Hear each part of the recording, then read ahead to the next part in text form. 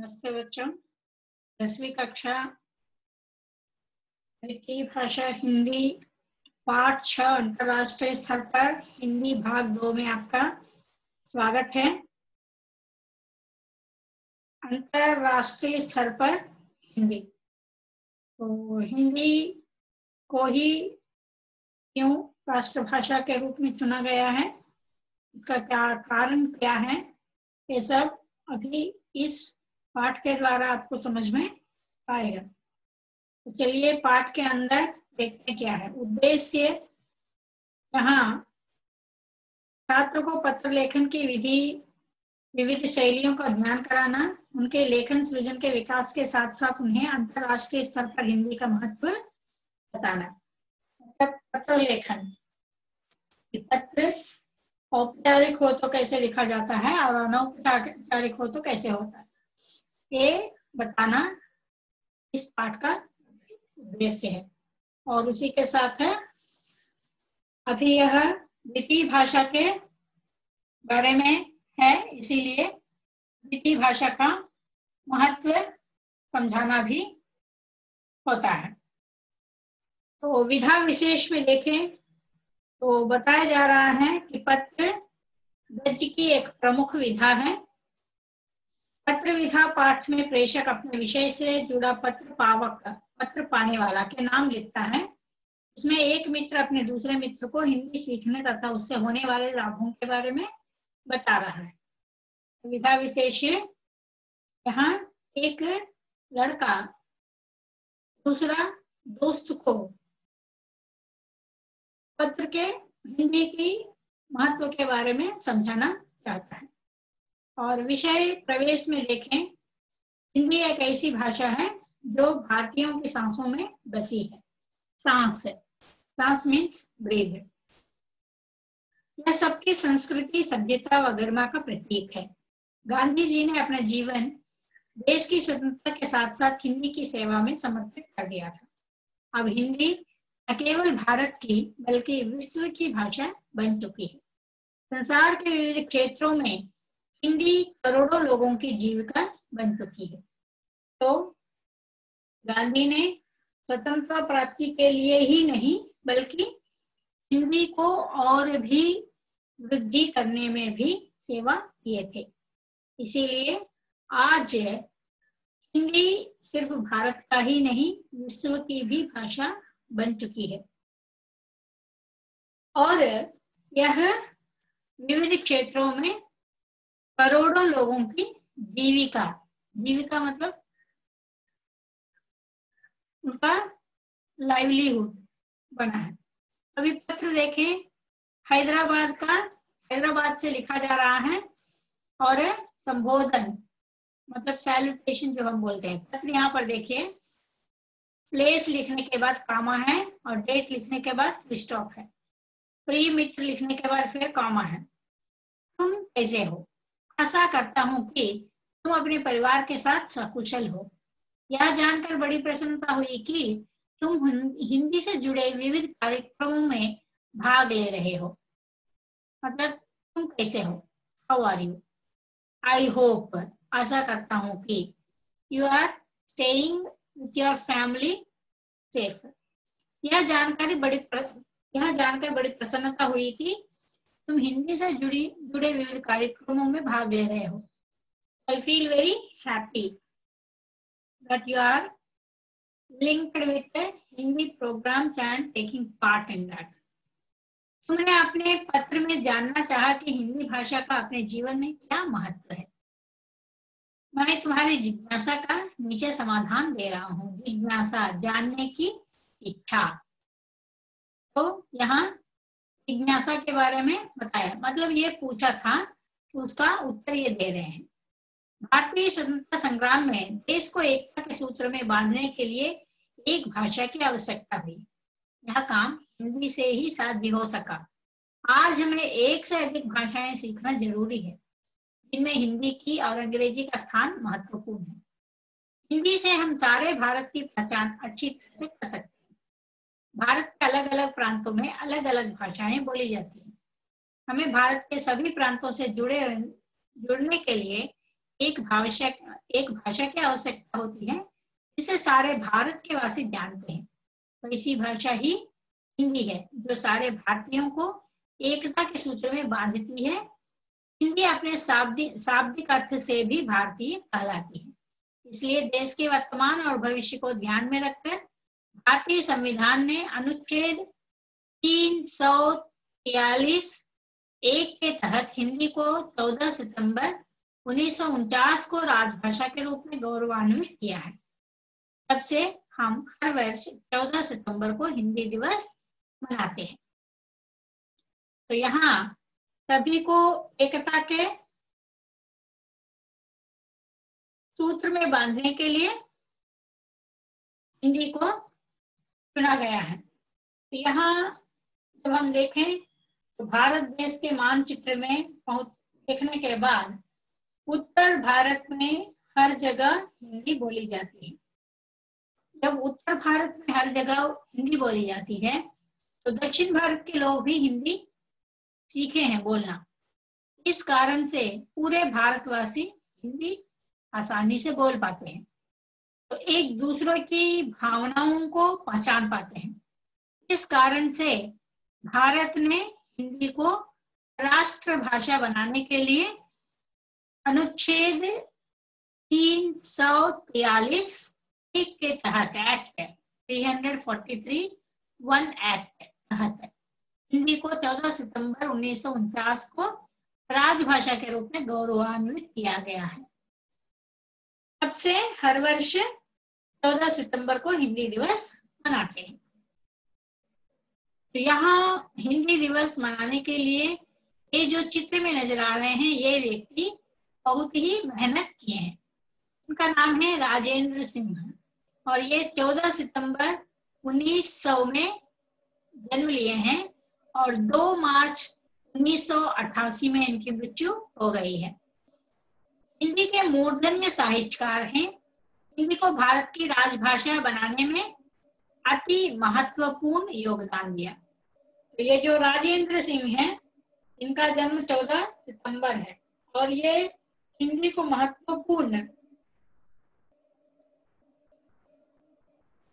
हिंदी को राजभाषा बनाने में इनका अधिक श्रम था। बहुत श्रम किए हैं हिंदी को राजभाषा के रूप में देखने के लिए। इनका श्रम बेकार नहीं गया, इसीलिए उनके जन्मदिन को ही हिंदी दिवस के रूप में घोषित किया गया है। तो ये रहा कहानी इसकी। और अब देखते हैं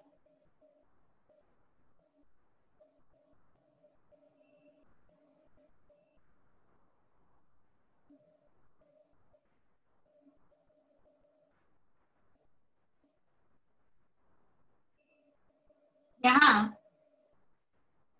आज भारत के अलावा Bangladesh, Nepal, Myanmar, Bhutan, Fiji, Guyana, Suriname, Trinidad एवं टोबैगो, दक्षिण Africa, Bahrain, Kuwait, Oman, Qatar, Saudi Arab गणराज्य, Sri Lanka, America, England, Germany, Japan, Mauritius, Australia आदि देशों में हिंदी की मांग बढ़ती ही जा रही है। तो ऊपर बताया हुआ सभी देशों में हिंदी की मांग मतलब डिमांड बढ़ रही है। विदेशों में भी हिंदी की रचनाएं लिखी जा रही है। इवन हमारे देश को छोड़कर अन्य देश में भी हिंदी की रचनाएं की जा रही है। इसमें वहां के साहित्यकारों का भी विशेष योगदान है। तो पराये देशस्थ जो भी हैं, परदेश के साहित्यकार जो भी हैं, वे भी हिंदी में लिखी हुई अनेक रचना को अपने अपनी भाषा में उसे ट्रांसलेट कर रहे हैं, तर्जुमा कर रहे हैं। ये हम सबके लिए गर्व की बात है कि विदेश में भारतीयों से आपसी व्यवहार करने के लिए वहां के लोग भी हिंदी सीख रहे हैं। तो यहाँ पर यह देखा जाए तो विदेशी लोग हमसे बात करने के लिए, हमारी भावनाओं को समझने के लिए वे भी धीरे धीरे हिंदी सीख रहे हैं। इस तरह हिंदी की मांग आज विश्व भर में बढ़ती ही जा रही है।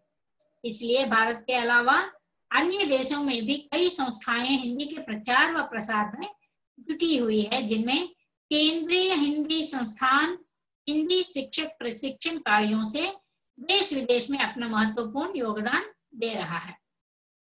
तो ये सब है जो कि हमारे देश को और भी आगे बढ़ाने के लिए और उन्हें हिंदी की महत्व को समझाने के लिए आगे बढ़ रहे हैं।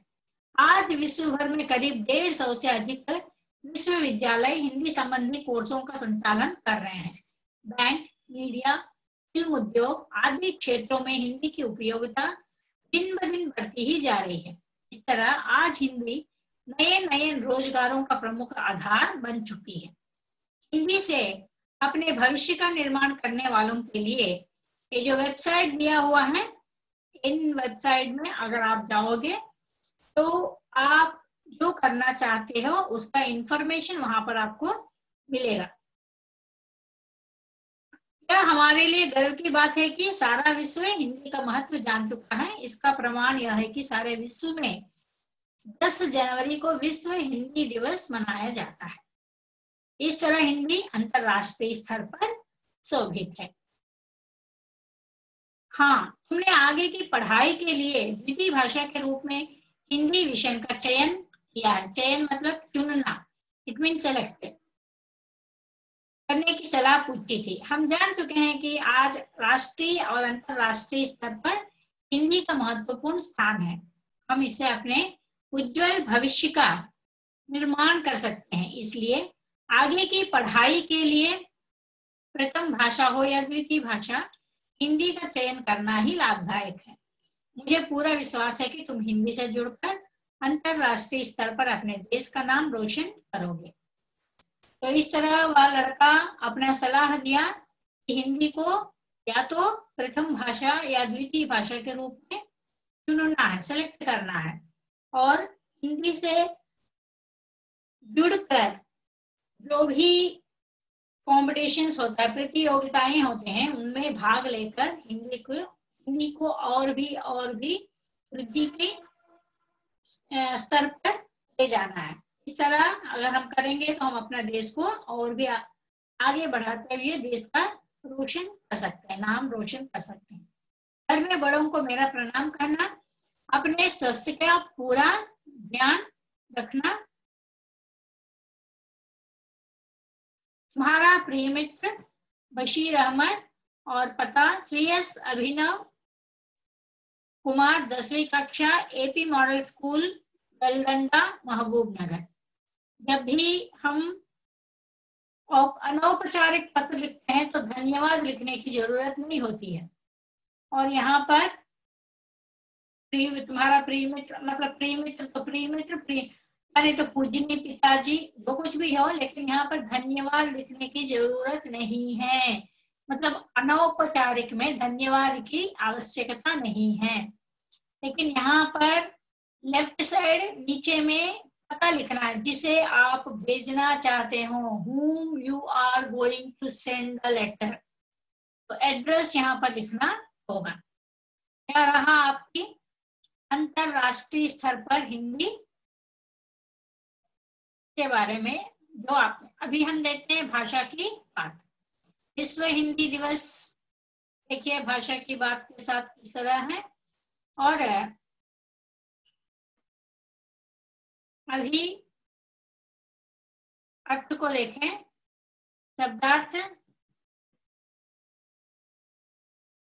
सांस, सांस का मतलब श्वास, बसना, वास, सभ्यता, शिष्टता, गरिमा, महिमा या महत्व, प्रतीक, चिन्ह, स्वतंत्रता, आजादी,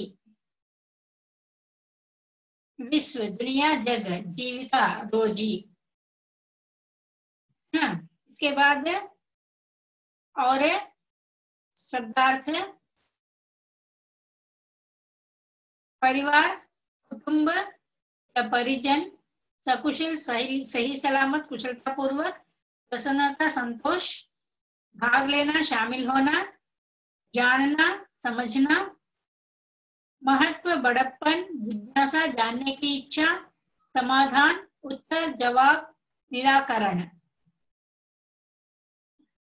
संग्राम, युद्ध, रण, लड़ाई, एकता, मेल, एक होना, सूत्र, धागा या सूत्र, आवश्यकता, जरूरत, साध्य, मुमकिन या संभव, सीखना, अभ्यास करना, जरूरी, अवसर या आवश्यकता, महत्वपूर्ण, आवश्यकता,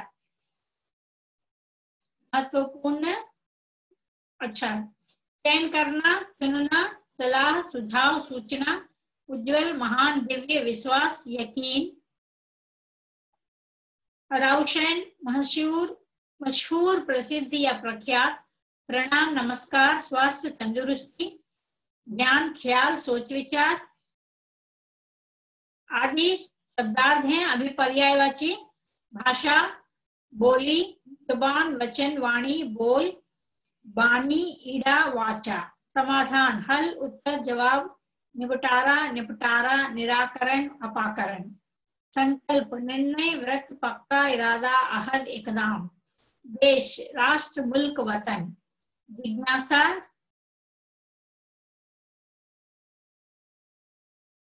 उत्कंठा, उत्सुकता, कौतूहल, कुतूहल, चाव, गर्व, अहंकार, घमंड, अभिमान, गरूर, गुमान, अकड़, दर्प, दंभ, मद, ऐंठ, शेखी, शान, कसक, खुदी, अभिमति, अनति, दाप, आन, अवलेप, गड़ंग, अवष्ठंब, आठोप, गार, लाभ, नफा, फायदा, मुनाफा, पत्र, चिट्ठी, खत, पाती, पत्रिका, मकतूब।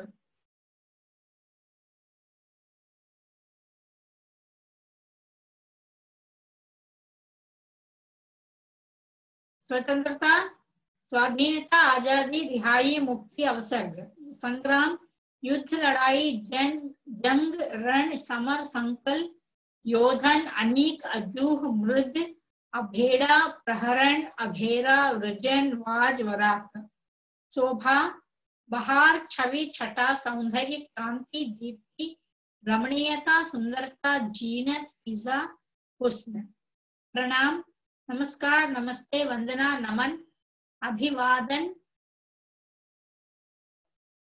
विश्व, संसार, दुनिया, जगत, जगत, जग, जहान, सृष्टि, भुवन, लोक, भव, आलम, मांग, याचना, अभ्यर्थना, प्रार्थना, गुजारिश, अर्ज, निवेदन, अध्येशन, अर्धन, स्वास्थ्य, तबीयत, मिजाज, आरोग्य, निरोगता, तंदुरुस्ती, सेहत।